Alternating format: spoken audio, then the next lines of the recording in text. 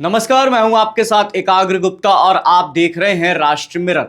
असम की राजनीति में एक बार फिर जमीन नहीं, देश की सुरक्षा केंद्र में आ गई है और सवाल उठाने वाला कोई और नहीं बल्कि खुद असम के मुख्यमंत्री हेमंत बिस्वा शर्मा हैं। सीधे, सख्त और बेहद गंभीर आरोप। हेमंत बिस्वा शर्मा का दावा है कि असम कांग्रेस के प्रदेश अध्यक्ष और लोकसभा सांसद गौरव गोगोई के परिवार के बैंक खाते पाकिस्तान में सक्रिय हैं और ये आरोप सिर्फ राजनीतिक नहीं, राष्ट्रीय सुरक्षा से जुड़ा मामला बताया गया है। बीजेपी के एक कार्यक्रम के दौरान मीडिया को संबोधित करते हुए हेमंत बिस्वा शर्मा ने साफ कहा, जिस व्यक्ति के परिवार के बैंक अकाउंट पाकिस्तान जैसे दुश्मन देश में हो, उससे जुड़े संभावित खतरों को हल्के में नहीं लिया जा सकता। ध्यान दीजिए, शर्मा ने अभी पूरे दस्तावेज नहीं दिखाए, लेकिन उन्होंने साफ कहा कि ये सिर्फ संकेत हैं। पूरा खुलासा 8 फरवरी को होगा और सभी दस्तावेज, सबूत और तथ्य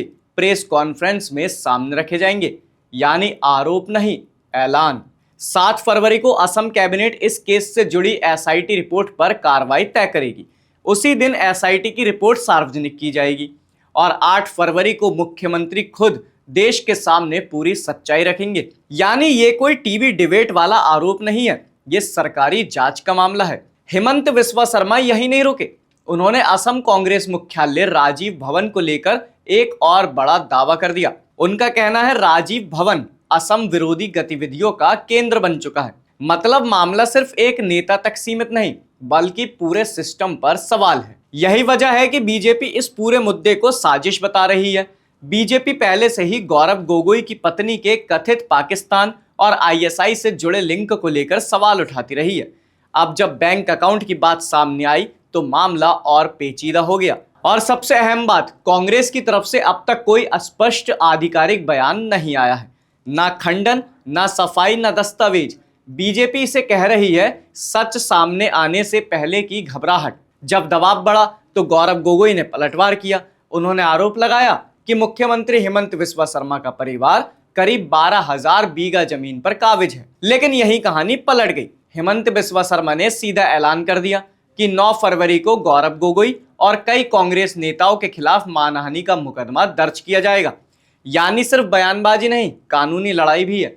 शर्मा ने कांग्रेस पर सबसे बड़ा आरोप यही लगाया, कांग्रेस असम को बेचने की साजिश रच रही है। यही वजह है कि बीजेपी इस मुद्दे को सीधे जोड़ रही है राष्ट्रवाद से, आंतरिक सुरक्षा से और असम की अस्मिता से।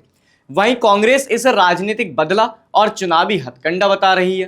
राजनीतिक विश्लेषकों का मानना है कि 2026 विधानसभा चुनाव से पहले ये पूरा मामला नैरेटिव वॉर का हिस्सा है।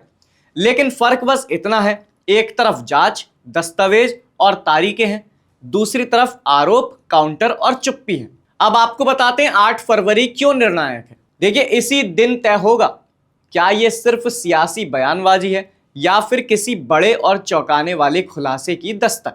अब सवाल आपसे, अगर आरोप गलत हैं तो कांग्रेस अब तक स्पष्ट जवाब क्यों नहीं दे रही, और अगर आरोप सही निकले तो क्या देश की राजनीति एक बड़ा मोड़ ले सकती है? कमेंट सेक्शन में अपनी राय जरूर लिखिए। और अगर आप चाहते हैं कि राजनीति, राष्ट्रवाद और सुरक्षा से जुड़े मुद्दों को बिना डर, बिना शोर, पूरे तथ्यों के साथ समझाया जाए तो राष्ट्र मिरर को सब्सक्राइब करना ना भूलें।